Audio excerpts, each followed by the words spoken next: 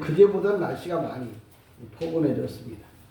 오늘도 좋은 환경, 좋은 날씨를 허락하신 하나님께 감사를 드리고 여러분의 영혼도 늘 강건하기를 주님의 이름으로 축복합니다. 오늘은 요한복음 21장 15절로부터 19절에 있는 말씀을 가지고 동문서답이라는 제목으로 말씀을 나누려고 하는데요. 이 동문서답이라는 게 사자성어가 아니고 우리나라에서 만들어진 이야기란 글이랍니다. 동문서답이. 이게 무슨 얘기인지 여러분 아시죠? 동쪽을 물어봤어요. 동쪽이 어디냐고. 그랬더니 대답하는 사람이 서쪽을 가르쳐 주더래요. 그러니까 내가 동쪽을 물어봤는데 서쪽을 가르쳐 줬어요. 그래서 거기서 이제 나온 말이 동문서답이란 말을 그런 말이 나오게 되어졌는데 이게 이제 무시가 아이고 참 바보 멍청이 그렇게 그냥 무시하고 갈 말이 아닌 거예요. 왜냐면 오늘 교회를 다닌다고는 하는데 동쪽을 물어봤는데 서쪽을 말하는 사람들이 너무나 많아요. 오늘 대표적인 예가 오늘도 사도 베드로 예수님의 수제자도 동문서답을 한 거예요. 왜? 베드로가 똑바로 말한 것 같은데 여러분의 눈에는 똑바로 말한 것 같은데 제 눈에는 똑바로 말한 게 아니고 동문서답을 하고 있는 거예요. 그래서 제가 제목을 동문서답이라고 이렇게 이야기를 했는데 예를 들면 이런 거예요. 우리가 잘 아는 대로 왼쪽에 동방박사가 있잖아요. 동방박사가 왜 동방박사냐면 동쪽 나라의 박사를 가리켜서 동방박사라고 그런단 말이에요.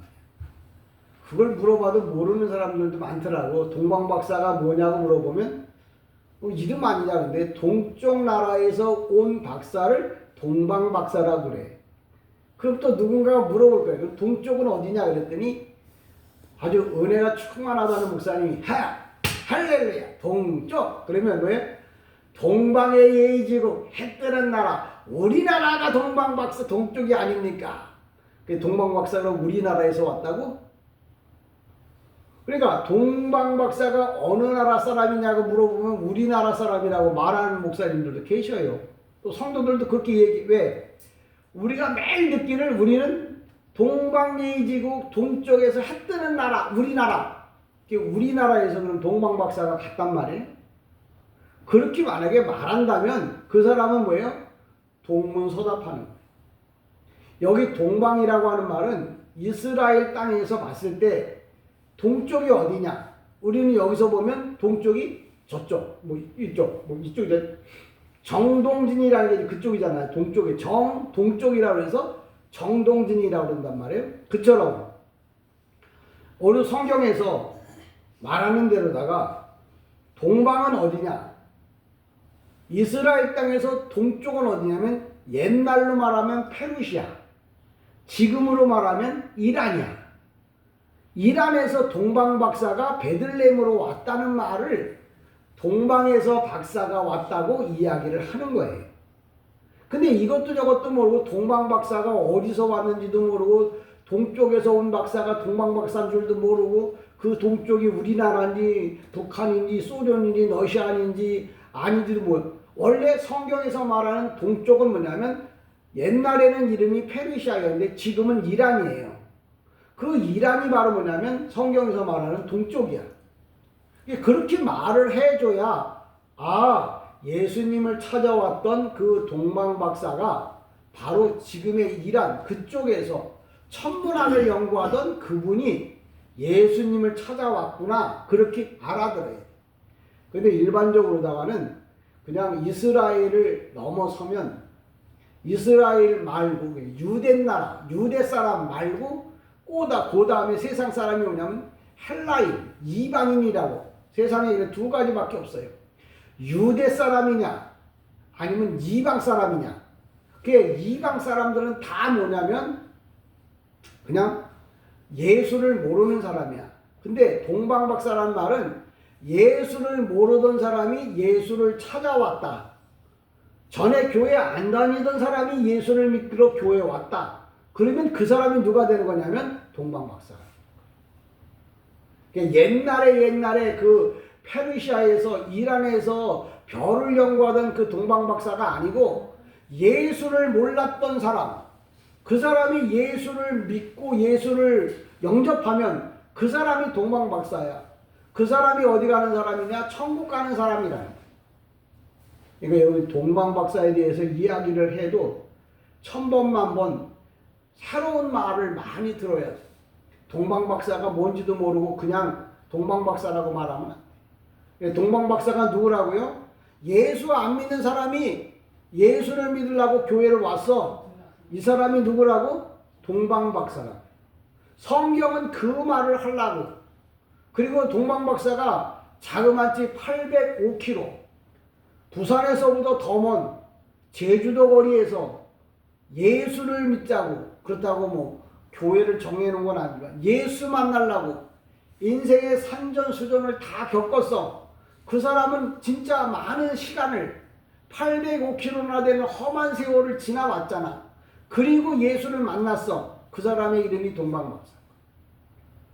근데 오늘 본문에 그 동방박사가 어딘지 누군지 모르고, 또 이 동방박사 말고 또 다른 사람들, 어디가 동쪽인지 어디가 북쪽인지 어디가 남쪽인지 어디가 서쪽인지 모르는 사람들, 예수를 믿어도 천국이 어딘지 지옥이 어딘지 모르고 그냥 무조건 가는 사람들, 이런 사람들은 뭐예요?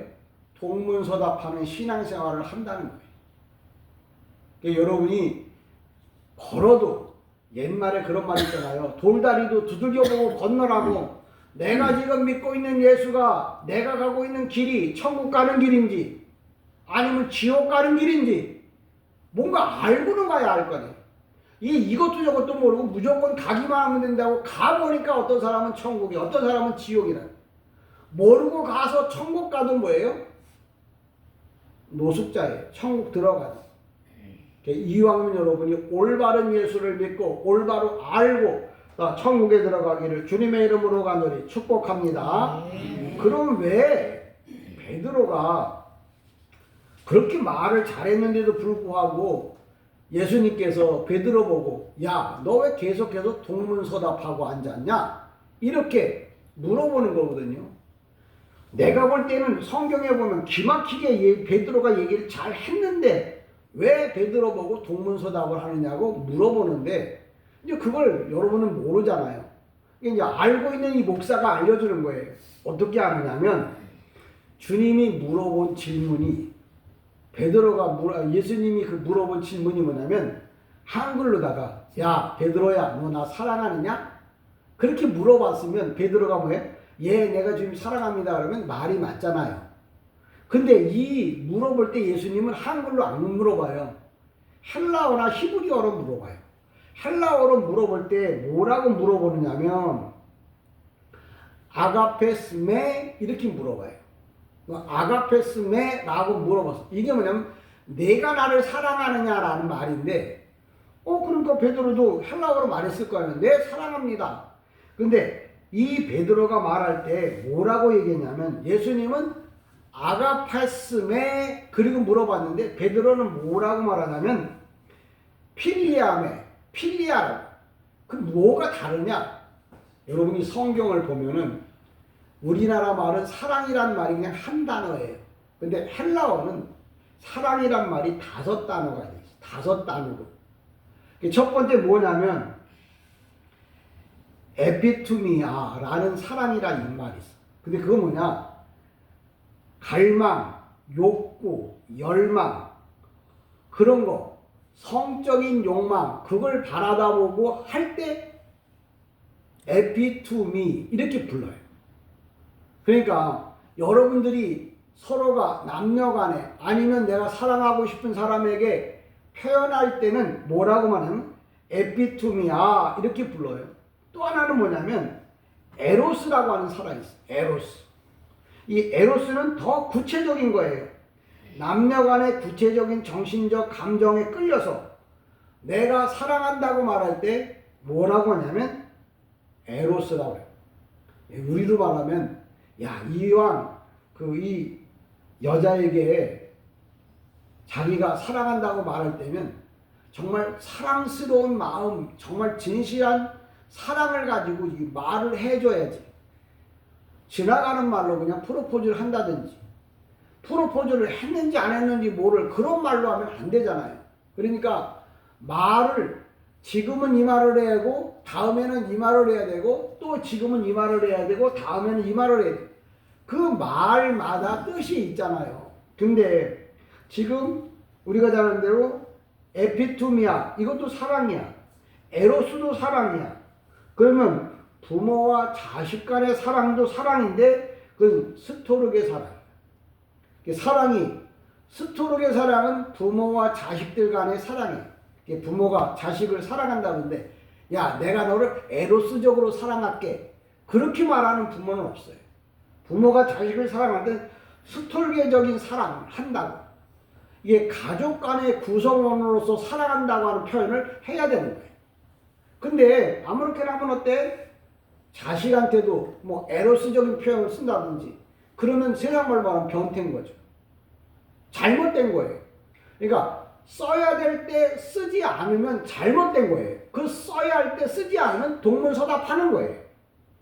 그 다음에 세 번째가 뭐냐면 필리아라고 하는 사람. 필리아. 네 번째죠. 네 번째. 필리아는 뭐냐면 친구 간의 사랑이에요. 친구 간의 사랑은 뭐냐면 필리아라고 하는 사랑이에요. 그럼 다섯 번째는 뭐냐? 아가페라고 하는 사랑이에요. 이건 뭐 아가페라고 하는 사랑은 뭐냐면 대가를 바라지 않고요. 이타적인 사랑, 무조건 헌신하는 사랑, 그걸 말하는 거예요. 근데 주님이 베드로에게 물어봤어요. 아가파스메? 하고 물어봤어. 너 아무런 대가도 바라지 않고 정말 헌신적인 사랑을 가지고 나를 사랑하느냐고 물어봤어요. 그랬더니 베드로가 뭐라고 설명했냐면 필리아, 예, 제가 주님을 사랑하는데 우정적으로 친구 사이의 사랑을 가지고 합니다. 그랬더니 주님이 원하는 답이 안 나온 거야. 그래서 계속 물어본 거예요. 야, 아가파스메 내 사랑해요. 아가파스메 내 사랑한다니까요. 또 물어봐. 아가파스메 사랑하냐니까. 아, 주님 왜 자꾸 물어봐요. 내가 주님 사랑하는 줄 주님께서 아시잖아요. 근데 주님은 그때마다 지금 베드로가 대답하는 대답이 올바르지 않다는 걸 주님은 알려준 거예요. 여러분이 신앙을 고백할 때도 아무 딱게나 그냥 교회 와서 앉았다가 가는 게 신앙이 아니고 정말 똑바로 알고 똑바로 믿고 똑바로 신앙 고백을 하는 게 신앙이라는 거예요. 그렇지 않으면 다 동문서답하는 거예요. 교회 1000년을 다니고 지옥 가는 사람이 있어요? 왜? 천국으로 가야 되는데 지옥길로 계속 갔기 때문에 그래요. 오늘도 베드로가 왜 동문서답을 했냐면 주님이 물어볼 때는 아가파스메 네가 이타적이고 헌신적인 사랑으로 정말 나를 사랑하느냐 예수님을 사랑하느냐고 물었는데 나는 베드로는 뭐라고 말하냐면 필리아 친구적인 사랑으로 사랑합니다. 그러니까 주님은 그걸 원하지 않았어요. 베드로가 그렇게 얘기를 하는 게 뭐라고 얘기를 하냐면 이 주님 이 말 중에 15절에 보면 그렇게 설명을 해. 뭐라고 말하냐면 그들이 조밥 먹은 후에 예수께서 시몬 베드로에게 이르시되 요한의 아들 시몬아 내가 이 사람들보다 사랑하느냐 하시니 이르되 주님 그러하나이다. 내가 주님을 사랑하는 줄을 주께서 아시나이다. 이르시되 내 양을 먹이라 그랬는데 여기 이 15절에 그 헬라어 말로 말하면 현재, 완료, 능동, 직설, 단수 2인칭이야. 이 완료라는 건 이미 끝난 거거든. 뭐냐면 내가 주님을 사랑한 것을 내가 주님 아시잖아요. 뭐라냐? 우리가 잘 아는 대로 베드로가 예수님의 제자로 로마 군인이 예수를 잡으러 올 때 옆에 있던 검을 빼가지고 그 내리쳤는데 말고의 귀를 잘랐어요. 그 얘기 뭐냐면 내가 주님을 위해서 죽겠다는 말이야. 내가 주님을 위해서 죽겠다고 그냥 확실하게 해놓은 것들, 행동한 걸 보고 뭐해? 아, 예수님, 내가 주님을 위해서 죽으려고 칼도 흔든 사람 아닙니까? 이미 주님 그거 받지 않아요. 주님 받다고 해. 뿐만 아니라 또 베드로가 얘기합니다.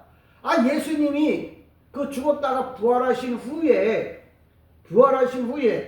이제 갈릴리 바다에 오셨을 때 제자들은 바다에 나가서 고기를 잡고 있다가 바닷가에서 예수님이 서 계신 걸 보고 요한이 제일 먼저 아 예수님이다 이렇게 말했단 말이야.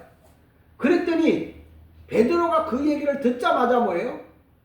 자기가 입었던 옷 다 훌떡 벗어 던지고 뭐예요? 바다로 펑덩 뛰어들어가서 제일 먼저 뭐예요? 예수님 앞에 왔어요. 그 예수님 그것도 안다고요. 뿐만 아니라 예수님이 십자가에 못 박히시려고 로마의 법정에 끌려 들어갈 때 제자들이 뭐예요? 이놈저놈 다 도망갔다고요. 그때도 베드로가 뭐라고 했냐면 아 나는 니네들은 다 도망가도 난 주님을 위해서 죽겠습니다. 그렇게 말했던 사람이야. 근데 이 베드로의 사랑이 아카페적인 사랑이 아니고 필리오적인 사랑이었다는 거예요. 사랑의 방향이 달랐다는 거예요. 오늘날 한국의 교회들이 예수를 믿는다고 하는데 내가 날리려고 내가 편하려고 내가 원하는 대로 내가 하고 싶은 대로 하고 싶어서 예수 믿는다면 주님이 물어볼 거예요. 아가파스메 네가 정말 내가 피 흘린 것처럼 너도 나를 위하여 십자가를 질 수 있겠느냐고 물어볼 거예요. 예수 믿는 게 무슨 하고 싶어서 하고 할 만해서 하는 게 아니라 목숨 걸고 하는 게 신앙생활이라는 거예요. 목사가 그렇게 말하면 먹고 살라고 어떻게 먹어. 그래서 성경적인 입장에서 단도직입적으로 말한다면 내가 굶어 죽을지라도 십자가에 못 박힐지라도 내가 정말 세상 사람들에게 멸시를 당할지라도 주님이 원하면 가야 하는 거예요. 그게 신앙생활이에요. 그 최고의 신앙이겠죠. 나도 못하지만 성경은 그걸 우리에게 얘기하는 거예요. 베드로가 주님을 위해서 칼싸움도 했다. 아니 주님을 위해서 물속으로 뛰어들었다. 주님이 죽을 때 나도 같이 죽겠다고 달들었으면 더 이상 뭘 바라겠어요. 근데 주님은 그거 갖고 안 된다는 거예요. 뭐 정말 생각도 가치도 아무것도 생각 안 하고 오직 주님만 생각하고 예수를 믿었느냐? 주님만 위해서 네가 살 수 있겠느냐라고 물어봤어요. 근데 베드로가 자꾸 딴 얘기를 하니까 주님이 몇 번을 물어봐? 3번을 물어봐요. 여러분의 인생에 고난이 계속 따라와. 힘들고 어려운 일이 닥쳤어. 이거는 그냥 인생사 속에 우리에게 주님이 물으시는 질문일 수도 있어요. 네가 이렇게 힘들고 어려운데도 끝까지 예수 믿겠느냐? 끝까지 천국 갈 자신이 있느냐? 라고 물어요. 여러분 뭐라고 말했나요? 주님이 십자가 지신 것처럼 나도 주님의 십자가를 지고 주님을 따라가겠습니다. 주님이 원하는 답을 해줘야 하는 거예요. 동문서답이라는 건 원하는 답을 안 해주고 다 자기 생각만 말하는 거예요. 오늘 목사님 나도 그렇고 여러분은 모르겠어요. 그냥 내가 원하는 것만 해달라고 그래요. 근데 주님은 뭐라 하냐면 네가 원하는 게 아니고 내가 원하는 것을 하라고. 그래야 하나님 나라에서 받을 상이 크다고 성경은 얘기해요. 내가 이렇게 잘했는데 오늘날 많은 사람들이 저 사람은 아마 천국 갈 수 있을 거야. 왜? 이 땅에서 착하면. 근데 그 착한 게 이타적인 사람 아무 계산 없이 주님을 위해서 했는지 그 마음속에 그렇게 함으로 자기가 드러나고 자기를 자랑하고 자기를 나타내려고 하는지 그러면 주님이 또 물어볼 거예요. 네가 진짜 나 사랑하느냐? 여러분이 사랑을 한다고 할 때 자녀를 사랑하는 것도 그렇고 아내를 사랑하는 것도 그렇고 남을 사랑하는 것도 그렇고 교회를 사랑하는 것도 그래요. 이타적인 사랑이 아니고 다 뭐예요? 계산적인 거예요. 기브 앤드 테이크야. 네가 줘야 받고 나도 받아야 주는 거예요. 근데 주님이 원하는 사랑은 뭐예요? 아카페. 이타적이라는 것은 아무 계산 없어. 오직 주님만을 위해서 뭐든지 뭐예요? 하는 사람. 주님이 오늘도 베드로에게 그걸 원하는 거예요. 근데 여기 성경에 보니까 베드로에게 그런 얘기 19절에 그럽니다. 뭐라고 있냐면 이날 곧 이후 19절에 뭐라고 말하냐면 띠띠고 너희 젊었을 때는 네가 띠띠고 다니지만 이제 나이가 들어서는 남이 너를 띠띠우고 데리고 가겠다. 이 말은 뭐냐면 예수님이 베드로가 앞으로 어떤 죽음을 죽을 것을 미리 말한 내용이에요. 근데 왜 베드로가 이렇게 됐냐면 예수님이 죽었다가 부활하고 예수님을 만난 순간도 인간적인 신앙생활만 한 거야. 그러다가 예수님이 올라가셨다.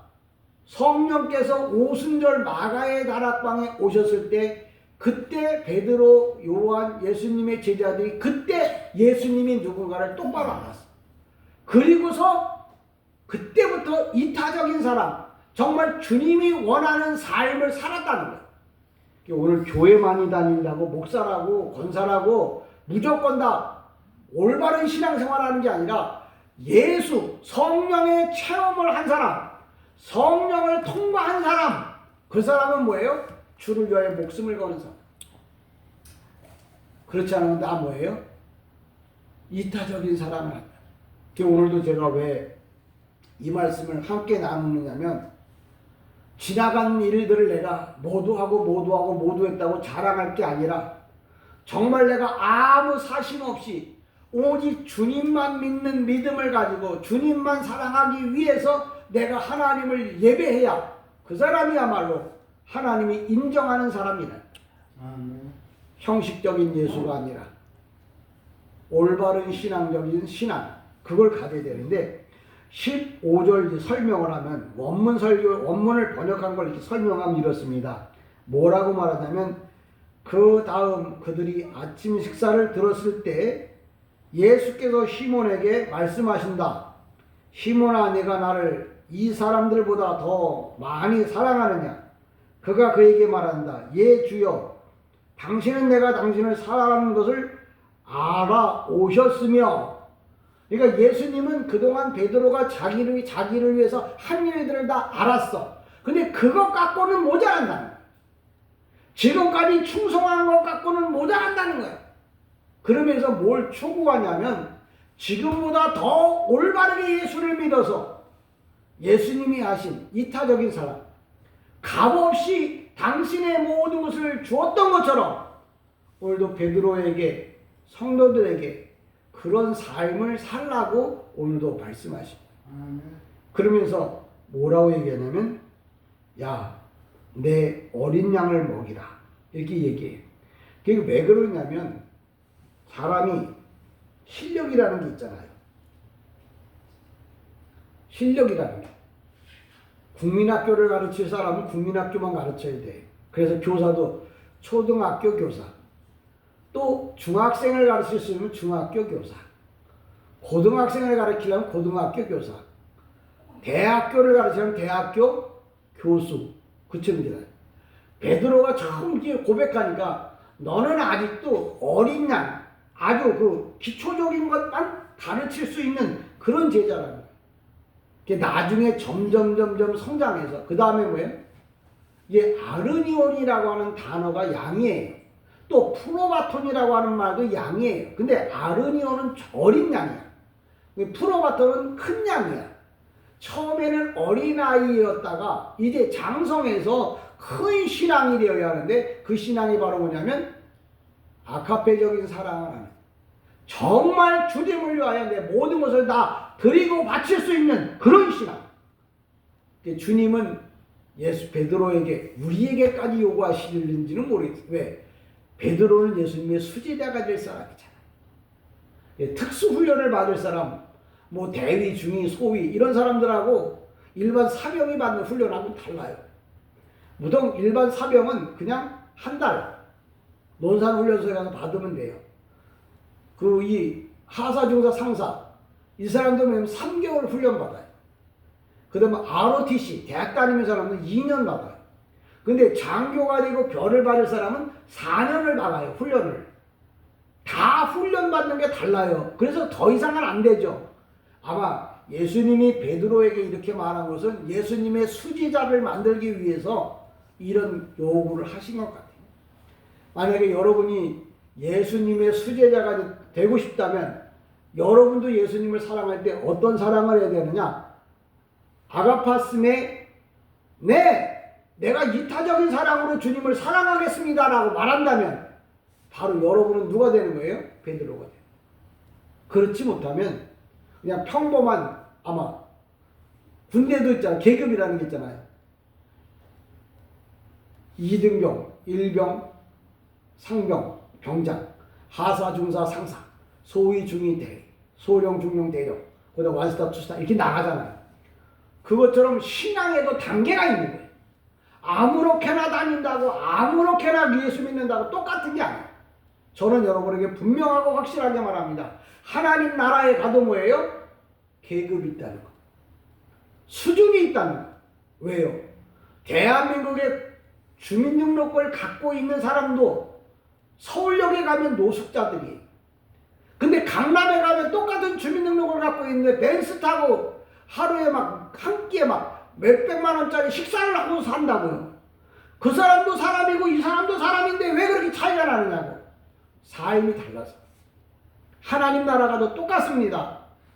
어느 목사님 정신 나간 목사님들 그래요. 하늘나라가 다 똑같다고. 개떡같은 소리.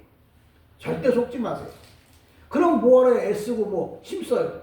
1년에 한 번씩. 1년에 정기적으로 나오죠. 어떤 집사님이 1월 첫째 주 나오고 그다음 부활절 나오고 추수감사절에 나왔대. 그랬더니 목사님이 아이고 성도님 그랬더니 그분이 제가 이래봐도 정기적으로 나오는 교인이에요. 1년에 3번 정기적으로 나온다고. 그게 교인이에요. 하나님 나라가 똑같습니다. 여러분 예수 믿는 게 장난이 아니에요. 먹고 살기가 힘들다고요? 더 힘든 게 예수 믿는 거예요. 왜? 그렇게 들어보질 않았으니까. 하나님 나라가 그만큼 중요한지를 모르니까. 공부하라고 하는데 공부가 중요하다고 느껴지지 않으면 뭐예요? 안 해요. 근데 공부가 중요하다고 아는 사람은 뭐예요? 잠을 줄이고라도 공부하는 거예요. 그래서 대통령이 되는 거고 세계의 지도자가 되는 거예요. 놀면서 된다고? 하고 싶은 대로 하면서 된다고요? 오늘도 예수님이 베드로에게 물어볼 때 네가 나를 사랑하느냐고 물어봤을 때 그 사랑한다고 하는 말이 세상적인 필레오적인 사랑이 아니고 아카페적인 사랑을 하느냐고 계속 물어봐서 3번이나. 근데 그때마다 뭐냐? 필레오 그랬다. 그러니까 주님이 얼마나 답답하겠어요. 그거 말고 아카페적인 사랑으로 사랑하느냐고. 근데 베드로가 아직도 아카페적인 사랑을 할 신앙이 아니었어요. 그냥 베드로가 나중에 그걸 어떻게 하느냐면 오순절 마가 성령을 체험하고 나서 베드로가 그렇게 얘기해요.